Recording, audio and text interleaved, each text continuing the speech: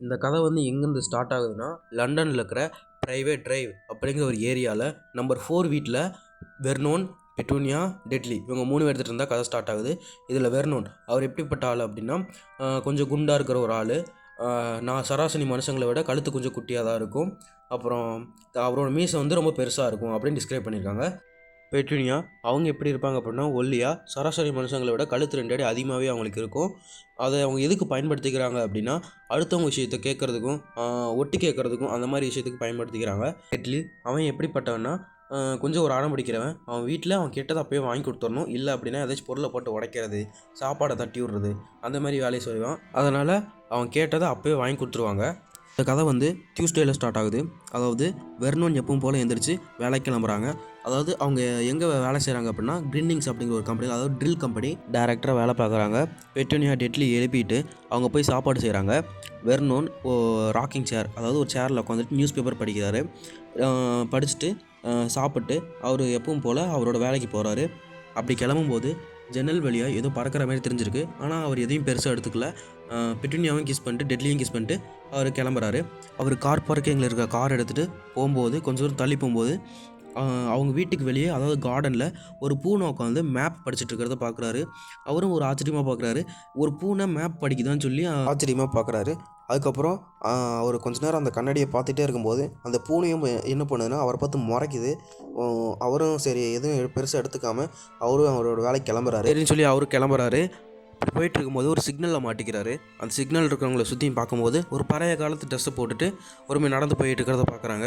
அவரும் ஒரு ஆச்சரியமாக பார்க்குறாரு. அதுவும் எல்லோரும் அவங்க அவரோட காரை கிராஸ் பண்ணி போயிட்டுருக்காங்க. உடனே அவரும் என்ன நினைக்கிறாரு, ஒரு ஃபேன்சி ட்ரெஸ் காம்படிஷனுக்கு இது போகிறாங்க அப்படின்னு நினச்சிட்டு அவர் நினச்சிக்கிறாரு. ஆனால் ஒரு வயசானவங்களும் அதேமாதிரி ட்ரெஸ் போட்டு போகிறத பார்க்குறாரு. அவரும் ஒரு ஆச்சரியத்தோடவும் பயத்தோடையும் பார்க்குறாரு. அதுக்கப்புறம் சிக்னல் விழுந்துடுது. அதனால் அவர் கிளம்பிடுறாரு. அடுத்து அவங்க ஆஃபீஸில் அந்த பார்க்கிங் லாட்டில் அவரோட காரை பார்க் பண்ணிட்டு அவர் வேலைக்கு போகிறாரு. அதாவது அவரோட ஆஃபீஸ் எங்கே இருக்குது அப்படின்னா 9th ஃப்ளோரில். அவருக்கு எப்போவுமே உட்கார இடம் என்ன அப்படின்னா, ஒரு ஜன்னல் ஓரமாக ஒரு இடத்துல போய் உட்காந்துப்பார். அவர் கொஞ்சம் யோசிச்சு பார்க்குறாரு. காலையிலேருந்து என்ன வினோதமாக எல்லாமே நடக்குது. காலையில் என்னென்னா பூனை மேப் படிக்குது, நம்மளை முறைச்சி பார்க்குது. வெளியே என்னென்னா எல்லோரும் வித்தியாசமாக ட்ரெஸ் போட்டுட்ருக்காங்க அப்படின்னு பார்த்துட்டு இருக்கும்போதே அவருக்கு ஜன்னல் வழியாக என்ன ஆகுதுன்னா, பகலில் ஆந்தை பறக்கிறத பார்க்குறாங்க. பகலில் எப்பட்றா ஆந்தை பறக்குது அப்படின்னு சொல்லி அவரும் ஒரு ஆச்சரியமாக தான் பார்க்குறாரு. பார்த்துட்டு அவரோட செக்ரட்டரி வர்றாங்க. அவர் செக்ரட்டரி வந்தோடனே அவங்க திரும்ப அவர் என்ன பண்ணுறாரு அப்படின்னா, அவரோட வேலைக்கு கான்சன்ட்ரேட் பண்ண ஆரம்பிச்சிடுறாங்க. அவரோட வேலையும் போகுது. மத்தியானம் ஆகுது. உடனே அவர் திரும்பவும் சாப்பிட்டு திரும்பவும் வேலை பண்ண ஆரம்பிச்சிடுறாங்க. அதுக்கப்புறம் அவருக்கே ஒரு ரிலாக்ஸேஷன் தேவைப்படுது. சரின்னு சொல்லிட்டு பக்கத்தில் ஒரு பேக்கரி இருக்கும். அந்த பேக்கரிக்கு போகலாம் அப்படின்னு சொல்லிட்டு அவர் கிளம்புறாரு. அங்கிட்டு போகும்போது உள்ளே எல்லோரும் வினோதமாக ட்ரெஸ் போட்டுட்டு வர்றதை பார்க்குறாங்க. என்னடா எல்லோரும் வினோதமாக ட்ரெஸ் போட்டிருக்காங்க அப்படின்னு அவரும் கொஞ்சம் குழப்பமாகறாரு. அதுக்கப்புறம் அவரும் போய் ஒரு டோனட் வாங்கி சரி சாப்பிட்லான்னு சொல்லி போய் உட்காடுறாங்க. அவங்க சைடில் பேசிகிட்டு இருக்கிறது இவர் ஒட்டும் கேட்குறாரு.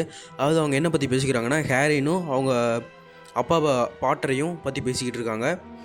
அப்படி அவர் பேரை கேட்டோடனே பெட்டூனியா வந்து அவர்கிட்ட சொன்னது ஞாபகம் வருது. அதாவது எனக்கு ஒரு சிஸ்டர் இருந்தால், அவங்களுக்கு ஒரு குழந்தையும் இருக்காங்க அப்படின்னு சொன்னது ஞாபகம் வருது. உடனே அவர் என்ன பண்ணுறாரு அப்படின்னா, ஒரு பதட்டத்தில் அவர் என்ன பண்ணுறதுன்னு தெரியாமல் அந்த டோனட் எடுத்துக்கிட்டு அவர் திரும்ப அந்த ஆஃபீஸ்க்கே போயிடுறாரு. அந்த ஆஃபீஸுக்கு போனதுக்கப்புறம் அவரோட செக்ரட்டரி வர்றாங்க. வந்து இந்த மாதிரி வேலை இருக்குது அந்த மாதிரி சொல்கிறப்ப அவரே அவங்கள பிடிச்சி கத்தி விட்டுறாங்க. அதுக்கப்புறம் என்ன பண்ணுறாருன்னா, கொஞ்ச நேரம் கழிச்சு வேலை முடிஞ்சதுக்கப்புறம் அவங்க வீட்டுக்கு போகிறாங்க.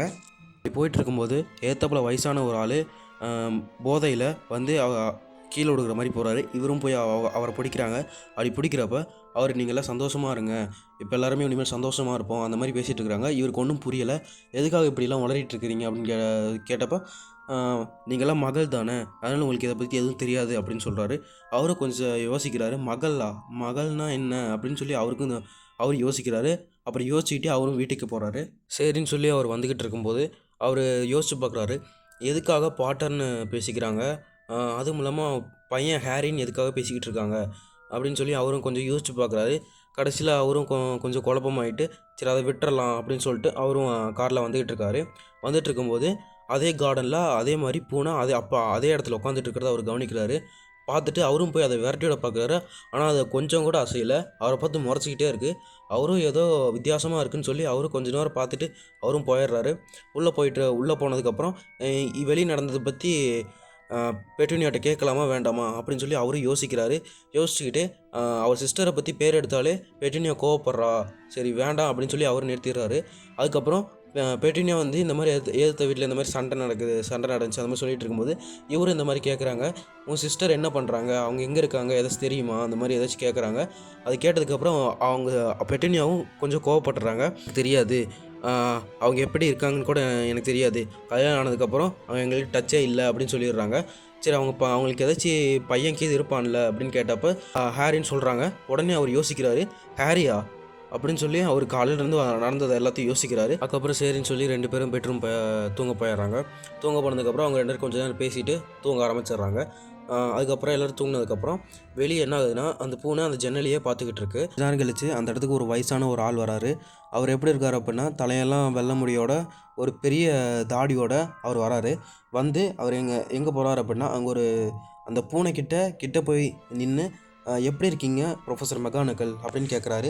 அப்படி கேட்டோன்னே அவங்க என்ன பண்ணுறாங்க அப்படின்னா, அவங்க அனிமேகஸ் ஃபார்மில் இருந்திருப்பாங்க போல் இருக்கு. அவங்க திடீர்னு மனுஷியாக மாறிடுறாங்க. அவங்க மாறினோடனே என்னை எப்படி கண்டுபிடிச்சிங்க அப்படின்னு அவர்கிட்ட கேட்கும்போது அவர் என்ன சொல்கிறாரு அப்படின்னா, எந்த ஒரு பூனையும் இவ்வளோ ஸ்டிஃபாக உட்காந்து நான் பார்த்ததில்ல அப்படின்னு சொல்கிறாரு. உடனே அவங்களும் சரின்னு சொல்லி போக ஆரம்பிக்கிறாங்க. அந்த வயசான ஆள் தான் யாருன்னு பார்த்தீங்கன்னா ஆல்பஸ் டம்பிள்டோர். அவர் இப்போ என்ன பண்ணுறாரு அப்படின்னா, அவர் கையில் இருக்கிற டெலிமினேட்டர் எடுத்து அங்கே இருக்கிற ஒவ்வொரு லைட்டையும் வந்து, அதாவது அது வந்து ஒரு லைட்ரு மாதிரி இருக்கும், அதை எடுத்து அவர் என்ன பண்ணுறாரு அப்படின்னா, அங்கே ஸ்ட்ரீட்டில் இருக்கிற மொத்த லைட்டையும் அந்த டெலிமினேட்டருக்குள்ளே வந்துடும். அவர் அதை ஓப்பன் பண்ணார் அப்படின்னா, இந்த லைட் எல்லாத்தையும் இது பண்ணதுக்கப்புறம் அவர் திரும்ப நடந்து போகிறாங்க. அவங்க என்ன கேட்குறாங்க அப்படின்னா, இவங்க சொல்கிறது எல்லாமே உண்மையா அப்படிங்கிற மாதிரி கேட்குறாங்க. அவங்க என்ன கேட்குறாங்கன்னா, யாருன்னு பேர் சொல்லக்கூடாதுன்னு சொல்கிறவன் இறந்துட்டானாமே அப்படின்னு சொல்லி அவர்கிட்ட கேட்கும்போது, இருக்கலாம் அப்படின்னு சொல்லி அவர் சொல்கிறாரு. உடனே என்ன ஆச்சு அப்படின்னு சொல்லி அவர் கேட்கும்போது அவர் எதுவுமே சொல்ல மாட்டேங்கிறாரு. உடனே அவங்க என்ன பண்ணுறாங்க அப்படின்னா, அவங்களும் கொஞ்சம் கேட்டுக்கிட்டே இருக்காங்க. ஆனால் எல்லோரும் செலிப்ரேஷன் பண்ணி பார்ட்டியோடு என்ஜாய் பண்ணிகிட்ருக்காங்க. அப்புறம் மெக்கானிக்கல் வந்து டம்பிள்டோரை திரும்ப திரும்ப கேள்வி கேட்குறாங்க. ஆனால் டம்பிள்டோர் எதையும் சொல்கிற மாதிரியே இல்லை, அவர் எதுவும் மறைக்கிற மாதிரியே தெரியுது. அதுக்கப்புறம் என்ன சொல்கிறாங்க அப்படின்னா, காலையில் என்னென்னா ஆந்தைகள் எல்லாம் பறந்துக்கிட்டு இருக்கு, இப்போ என்னென்னா ஷூட்டிங் ஸ்டார்லாம் இது வந்துக்கிட்டு இருக்கு அந்த மாதிரி கேட்டப்போ, ஆமாம் அப்படின்னு சொல்லிட்டு மெக்கானிக்கல் ஒருத்தன் திட்டுறாங்க. டிகாலஸ் டிகிலியா அறிவை கட்டவன் அந்த மாதிரி திட்டுறாங்க. ஏன்னா அவன் தான் வந்து அந்த ஷூட்டிங் ஸ்டாரை இது பண்ணிகிட்ருக்கான், செலப்ரேட் பண்ணிகிட்ருக்கான். உடனே அவங்க என்ன பண்ணுறாங்க அப்படின்னா, அப்புறம் James Potter and Lily Potter வந்து இறந்துட்டாங்களா அந்த மாதிரி மெக்கானிக்கல் கேட்குறப்ப ஆமாம் அப்படின்னு சொல்லி டம்பிள்டோர் சொல்கிறாரு. உடனே அவங்களும் அழுகுறாங்க. அதுக்கப்புறம் அவர் என்ன பண்ணுறாருனா கொஞ்சம் சமாதானப்படுத்துகிறாரு. இவ்வளோ பேர்த்த சாவடித்தான், ஆனால் ஒரு சின்ன பையன் கையால் தான் அவனுக்கு சாவு வந்திருக்குது அப்படின்னு சொல்லி டம்பிள்டோர் சொல்கிறாரு. அப்படின்னு சொன்னோடனே மெக்கானிக்கல் ஆமாம் அப்படின்னு சொன்னது சரி அப்படின்னு சொல்லி டம்பிள்டோர் வந்து உள்ளே அவர் ட்ரெஸ்குள்ளேருந்து ஒன்று எடுக்கிறாரு. ஒருவேளை அவங்களோட பையனை தான் வந்து கூட்டிகிட்டு வந்திருப்பாங்க போல இருக்குது அப்படின்னு சொல்லி அவன் மெக்கானிக்கல் நினைக்கிறாங்க. ஆனால் அவர் என்ன எடுக்கிறாரு அப்படின்னா, ஏதோ ஒரு ஜூஸ் வந்து எடுக்கிறாரு. இது வந்து மகள் சாப்பிட்ற ஒரு ஜூஸு, குடிக்கிற ஜூஸ், இது கொஞ்சம் டேஸ்ட்டாக இருக்கும் அப்படின்னு சொல்லி அவர் எடுக்கிறாரு. அவங்களுக்கு கோவப்படுறாங்க. இந்த நேரத்தில் உங்களுக்கு ஜூஸ் தான் கேட்குதா அப்படின்னு சொல்லி மெக்கானிக்கலும் கேட்குறாங்க. அந்த மாதிரி திட்டுறாங்க. இல்லை, அதாவது பேர் சொல்லக்கூடாதவன் இறந்துட்டான்ல, 11 வருஷம் கழித்து அவன் இறந்துட்டான்ல, அதனால தான் கொஞ்சம் செலிப்ரேட் பண்ணுங்கள், தப்பு இல்லை அப்படின்னு சொல்லி ப்ரொஃபஸர் டம்பிள்டோர் சொல்கிறாரு. இன்னும் ஏன் பேர் சொல்லக்கூடாதவன் அப்படின்னு சொல்கிறீங்க, அவன் தான் இறந்துட்டானே, உங்களுக்கு என்ன அவனை பார்த்து பயமா அப்படின்னு அந்த மெக்கானிக்கல் கேட்குறப்ப, அவனை பார்த்து எனக்கு ஒன்றும் பயம் இல்லை, அவன் பேர் வால்டமோர்ட் தானே அப்படின்னு சொல்கிறாங்க. உடனே மெக்கானிக்கல் என்ன சொல்கிறாங்கன்னா, ஆமாம், ஏன்னா அவனுக்கு தான் உங்களை கண்டா பயம் அப்படின்னு சொல்கிறப்ப ப்ரொஃபஸர் டம்பிள்டோர் என்ன சொல்கிறாரு அப்படின்னா, அப்படியெல்லாம் இல்லை, அவன் வந்து என்னை விடவும் கொஞ்சம் சக்தி உடையவன் தான் அப்படிங்கிற மாதிரி பேசுகிறாங்க.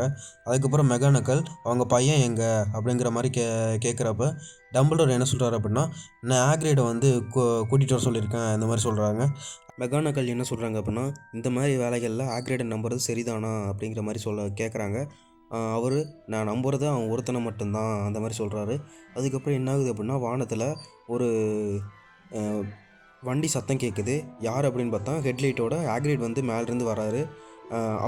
அவர் வந்து எப்படி அப்படின்னா, ஒரு ரொம்ப பெரிய ஒரு ஆள், சராசரி மனுஷனும் ரொம்ப பெருசாகவும் இருப்பார், ஒரு செயின்ட் மாதிரி அந்த மாதிரி ரொம்ப பெருசாகவும் இருக்கிற ஒரு ஆள். அவர் வந்து இறங்குறாரு. ஹாக்ரிட் வந்து குழந்தையோடு இறங்கினோடனே டம்பிள்டோர் கேட்குறாரு. என்ன கேட்குறாருன்னா, இந்த வண்டி உனக்கு எங்கேருந்து கிடச்சிது அப்படின்னு கேட்குறாரு. இது வந்து சீரியஸ் பிளாக் தான் எனக்கு தந்தார் அப்படின்னு சொன்னோன்னே சரின்னு சொல்லி அந்த குழந்தைய வாங்குறாரு. வாங்கினதுக்கப்புறம் ப்ரொஃபஸர் மெக்கானிக்கலும் அந்த குழந்தைய பார்த்துட்டு ஒரு மாதிரி சந்தோஷமாகறாங்க. அந்த குழந்தைய பார்த்ததுக்கப்புறம் அதுக்கப்புறம் என்ன கேட்குறாங்க அப்படின்னா, டம்பிள்டோர் வந்து அவர் பைக்கிலேருந்து ஒரு லெட்டர் எடுக்கிறாரு. லெட்டர் எடுத்துகிட்டு அவங்க டோர்கிட்ட போய் வைக்கலான்னு போகிறப்ப மெக்கானிக்கல் இந்த மாதிரி சொல்கிறாங்க, உங்களுக்கு இவங்கள பற்றி தெரியாது. ஆல்ரெடி இவங்க அப்பா அம்மாவை ஆல்ரெடி வெறுக்கிறாங்க. அதாவது இவங்க பையன் ஆல்ரெடி வீட்டில் சண்டை போட்டுட்டு எல்லாத்தையும் தூக்கி உடச்சிக்கிட்டு இருக்கான். ஒருவேளை இவனை இந்த வீட்டில் விட்டுட்டு வந்தீங்க அப்படின்னா அவன் எதிர்காலம் என்ன ஆகிறது அந்த மாதிரி சொல்கிறப்ப டம்பிள்டோர் என்ன சொல்கிறாருன்னா, இவங்களுக்கு சொந்தம் அப்படின்னு இருக்கிறதே இவங்க ஒருத்தங்க மட்டும்தான், வேறு யாரும் இல்லை அப்படிங்கிற மாதிரி. இவன் 11 வயசு வர்ற வரைக்கும் இங்கேயே அவன் வளரட்டும், அதுதான் இவனுக்கு பாதுகாப்பு அந்த மாதிரி சொல்கிறாங்க. அடுத்து ஹாக்ரிட் வந்து அழுகிறான். உடனே ப்ரொஃபஸர் டம்பிள்டோர் வந்து கேட்குறாரு, ஏன் ஹாக்ரிட் அழுகிற? இந்த மாதிரி லில்லியும் ஜேம்ஸும் இறந்துட்டாங்க, அதே மாதிரி ஹேரியை இங்கே விட்டுட்டு போகிறோம் அப்படின்னு நினச்சி அழுகிறான். மெக்கானிக்கல் வந்து என்ன சொல்கிறாங்கன்னா, ஹாக்ரிட் நீ கொஞ்சம் அழுகையை கட்டுப்படுத்திக்க. ஏன் அப்படின்னா நீ அழுகிறதுலையே சுற்றி இருக்கிறவங்க எந்திரிச்சிருவாங்க போல இருக்குது, கொஞ்ச நேரம் உன்னோட எமோஷனை கட்டுப்படுத்திக்க அந்த மாதிரி சொல்கிறாங்க. அப்படின்னு சொன்னதுக்கப்புறம் டம்பிள்டோர் என்ன பண்ணுறாரு அப்படின்னா, அந்த குழந்தைய எடுத்துக்கொண்டு அந்த டோருக்கு வெளியே வச்சுட்டு அவங்க கிளம்புறாங்க. அடுத்து என்னென்ன நடக்க போகுதுன்னு சாப்டர் 2ல் தான் இருக்கும். நம்ம அடுத்து பார்த்து தெரிஞ்சுக்கலாம்.